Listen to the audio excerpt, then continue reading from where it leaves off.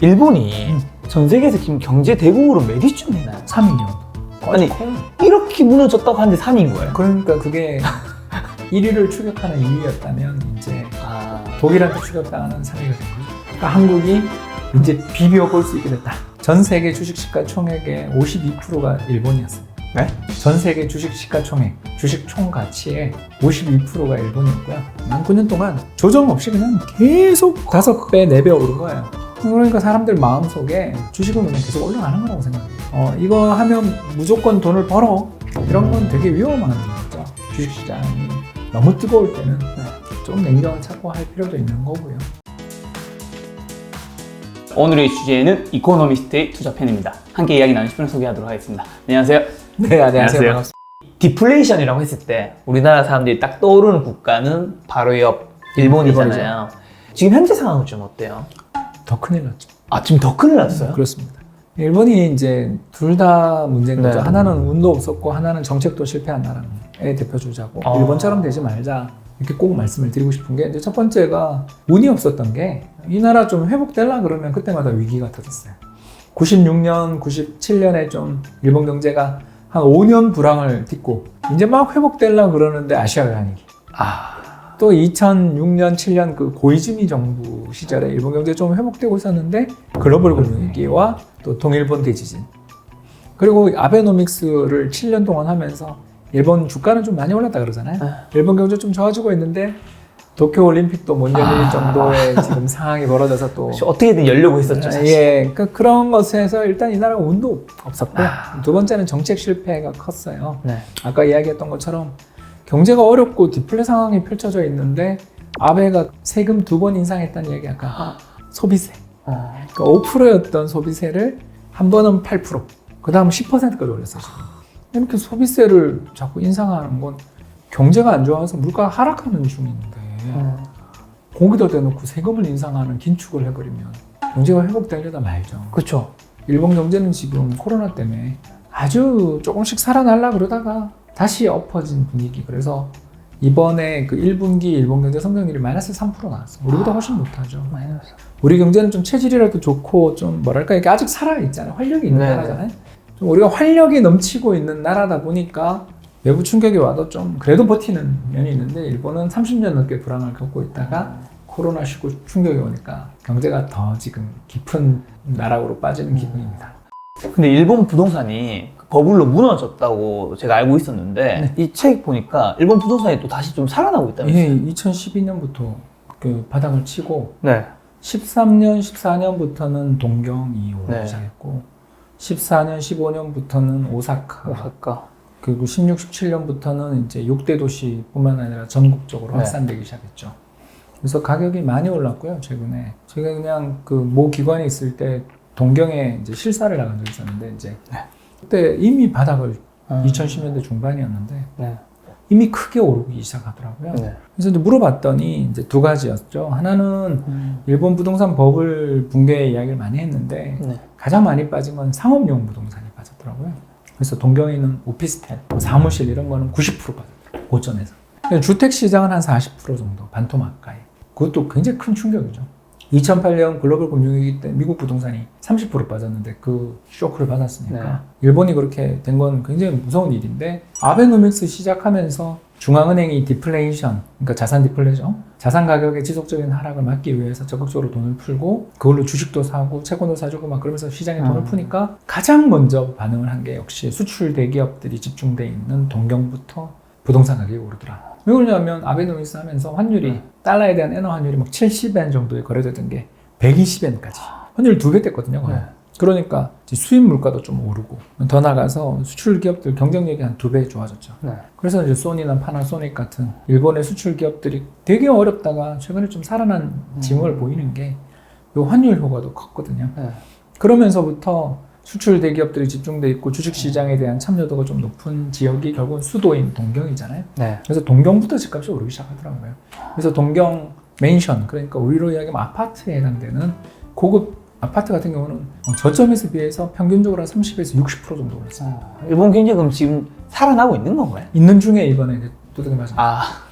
코로나를 안 맞았으면 네. 회복 선언 이런 걸 하고 싶었을 것 같은데 네. 소비자들이나 근로자들의 어떤 회복 이런 건 안 됐는데 네. 자산 시장은 회복됐다고 볼 수 있는 건데 그나마도 이번에 이제 코로나 때문에 쇼크를 받았으니까 또 어떻게 될지는 지켜봐야 되겠죠. 근데 뭐 제 생각에는 자산 시장이 또 예전처럼 다시 하락세로 돌아선다고 말하기에는 최근 일본 기업들의 어떤 경쟁력이 엔화 약세 이런 걸로 좋아진 것, 부동산 시장에서 신축 공급이 굉장히 없어서 신축에 대한 선호, 아파트에 대한 선호가 높아진 걸 생각하면 충격은 받았지만 옛날처럼 다시 폭락한다 이렇게는 안 보이더라고요. 그럼 지금 일본이 실제로 어쨌든 굉장히 이렇게 굉장히 많이 무너졌지만 전 세계에서 지금 경제 대국으로 몇 위쯤 되나요? 3위 정도. 아니, 커요. 이렇게 무너졌다고 하는데 3위인 거예요? 그러니까 그게 일본의 저력이죠. 전 정말 그렇게 생각해요. 우리 얘기 같으면 옛날에 도대체 몇 위였던 건데? 2등. 미국 다음이었죠. 겨우 1등 떨어진 거잖아요. 그렇죠. 중국이 그것도 성장해서. 와, 일본 이제 무너지고 있다 이렇게 막 얘기하잖아요, 많이. 잃어버린 18년 뭐 이렇게 얘기하고. 아니 근데 3위잖아요. 근데 이제 옛날에는 압도적인 1위를 추격하는 2위였다면 이제 독일한테 추격당하는 3위가 된 거죠.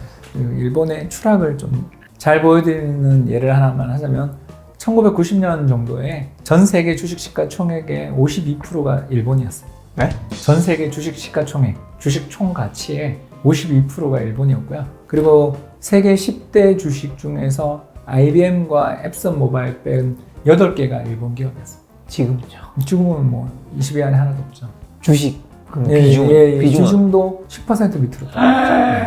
다른 나라가 성장할 때 일본은 정체되면서 이 격차가 엄청나게 벌어져서 그래서 잃어버린 30년, 잃어버린 20년이라고 하는 거죠. 일본 경제의 생활 수준 자체는 아주 하락했다고 보기는 어려운 거죠. 상대 순위가 떨어졌다. 그러니까 한국이 이제 비벼볼 수 있게 됐다. 옛날에는 일본한테 우리나라는 소득 수준이 한 4배, 5배 차이 났다면 올해나 내년에는 역전할 것 같은데요. 우리나라 소득이 일본보다 더 높아지겠죠. 그럼 우리가 일본의 그런 디플레이션을 보면서 좀 배워야 될 건 뭘까요? 일단 운이 좋아야 된다라는 거고.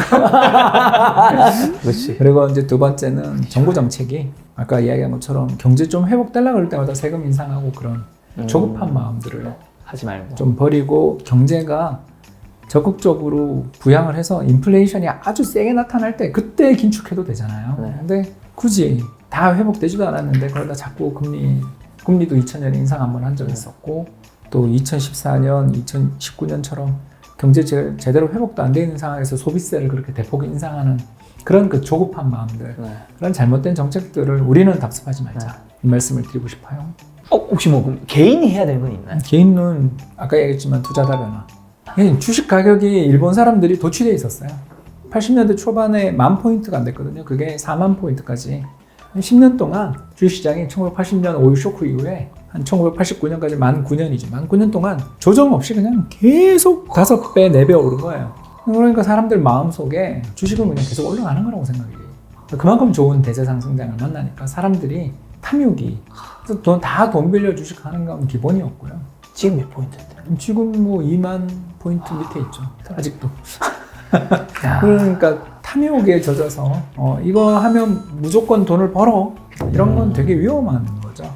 누차 얘기했지만 고민 속에 뭔가 투자 의사결정을 할 때 좋은 성과가 있는 거고 너무 편하게 이거는 뭐 무조건 부자 될 것 같고 금방이라도 돈을 벌 것 같처럼 조급한 마음으로 이렇게 투자를 하고 하는 거는 나쁜 결과로 이어지는 경우가 있을 수 있다는 걸 가장 잘 보여주는 사례가 일본이었죠. 그래서 주식시장이 너무 뜨거울 때는 좀 냉정을 찾고 할 필요도 있는 거고요. 또 비관론이 가득할 때가 오히려 좋은 투자의 기회인데 어려우니까 달러를 좀 갖고 있다가 왔다 갔다 하면 이 타이밍을 잘 잡을 수 있다라고 아까 말씀드린 거죠. 야, 달러 측면에서 지난 20년간 경제 위기 때마다 이게 공통점이 있다고 책에서 말씀해 주신 게 1997년에 외환위기 때, 그렇죠, 2000. 그다음에 2002에서 2003년 때 그때 아시아 금융인가요? 그 1997년은 외환위기, 네. 2002, 2003년엔 카드 위기. 이? 카드사들 그때 다 어려웠잖아요. 그다음에 2008년에 금융위기 때, 그 맞습니다. 위기 때마다 환율이 급등했다면서요. 네. 그리고 그런 위기 때 환율 급등한 거를 알고 계시는 박사님은 환율 급등할 때 달러를 팔고 네. 저평가된 원화 자산을 사는 쪽으로 갑니다. 근데 저는 되게 재밌는 게 이거를 조금만 찾아보면 나오잖아요. 근데 과연 이번에 환율에 만약에 그렇게 투자하신 분이 전 있었을까라는, 그러니까 있긴 하겠지만 개미 중에서 많이 있을까라는 생각을 해요. 많지는 않으신 것 같아요. 그러니까 이게 왜 항상 역사적으로 큰 사건이 벌어졌을 때 비슷한 공통점이 생기는 것들이 있잖아요. 근데 왜 우린 그걸 잘 이용을 못 할까요? 화끈하지 않거든요. 제가 이제 모 증권사 투자 전략 팀장 했잖아요. 네. 그때 이제 잊을 수 없는 기억을 하나 이야기하면 2018년 봄이었는데 제가 이제 모 방송 프로 가가지고 대북 관련주 투자는 신중해야 된다. 그죠? 그때 기억나시죠? 남북 정상회담 할 때입니다. 그래서 북한 관련주들이 막 급등할 때였어요. 한경TV 가가지고 저는 아무리 생각해도 대북 관련주는 투자가 그렇게 저는 매력적이지 않다라는 쪽으로 네. 이야기를 했다가 댓글이 터져나가고 항의 전화를 많이 받은 적이 있었어요. 왜 그러냐면 제가 그때 그런 이야기를 했던 이유는 북한 경제가 우리나라 경제 규모의 60분의 1도 안 되거든요. 북한의 예산 규모 뭐 이런 게 우리나라 웬만한 작은 군보다 적어요.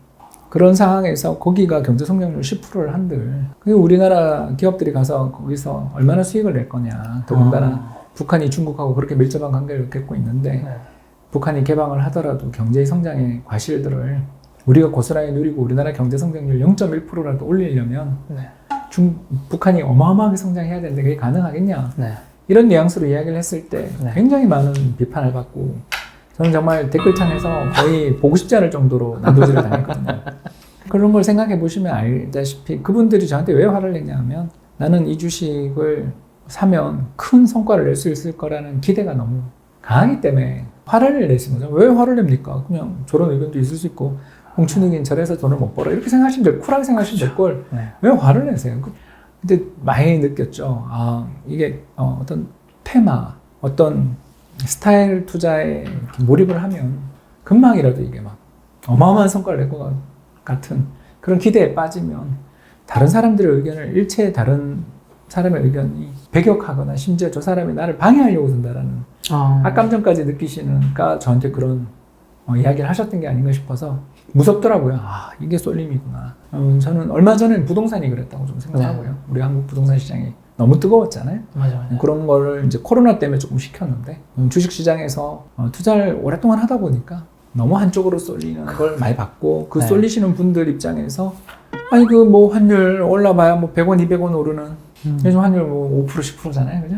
그 정도 환율 오르는 걸 뭐 노려서 그 수익을 노리고 달러에 투자를 해서 뭐 그걸로 자산 배분한다고? 왜 그런 재미없는 투자를 해야 되냐라고 생각하시는 분들이 있지 않을까.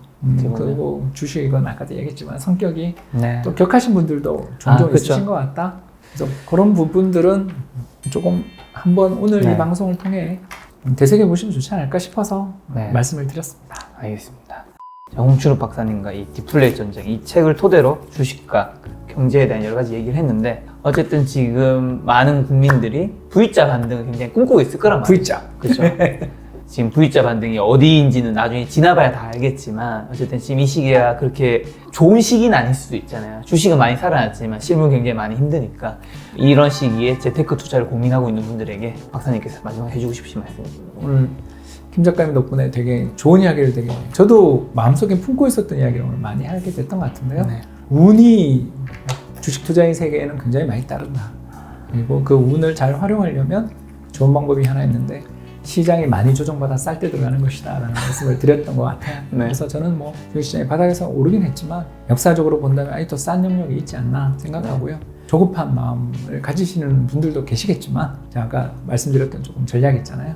어떤 특정 종목만 너무 편애하지 마시고 좀 분산하시고 특히 해외 투자도 한번 같이 검토하시면 시장의 반등에서 회복 속에서 자산도 충분히 불려나갈 수 있는 기회를 잡지 않을까 기대해 봅니다. 오늘 또 박사님께서 여기 또 출연하시면서 이 김 작가 TV 시청자분들한테 또 책을 선물로 주신다고. 야, 그래서 총 책이 몇 권이죠? 하나, 둘, 셋, 넷, 다, 일곱, 여덟, 아홉, 총 10권. 자, 독자 이벤트를 하려고 하는데요. 이벤트 댓글은 어떻게 하면 될까요? 네, 댓글에 4개의 예제를 드리겠습니다. 네. 이 책을 쓴 저자의 이름을 맞춰주시면 됩니다. 아, 저자의 이름 1번. 1번 홍길동, 2번. 홍춘옥, 3번 홍춘욱. 좀 욱합니다. 네. 4번. 예, 김도훈. 아, 좋은 이름이네요. 네, 아유, 좋은 것 같습니다. 네, 여러분이 영상 보시고 난 다음에 이 책 디플레이 전쟁의 저자 이름이 무엇인지 적어주시면서 다른 이야기들 댓글로 남겨주시면 제가 총 10명을 선정해서 작가님이 사인이 있습니다. 사인이 있는 책을 제가 직접 배송해 드리도록 하겠습니다. 오늘 만남의 손님은 홍춘욱 박사님이었습니다. 지금까지 여러분의 소중한 시간을 함께 해주셔서 정말 감사합니다. 오늘도 김 작가였습니다. 고생 많으셨습니다. 감사합니다.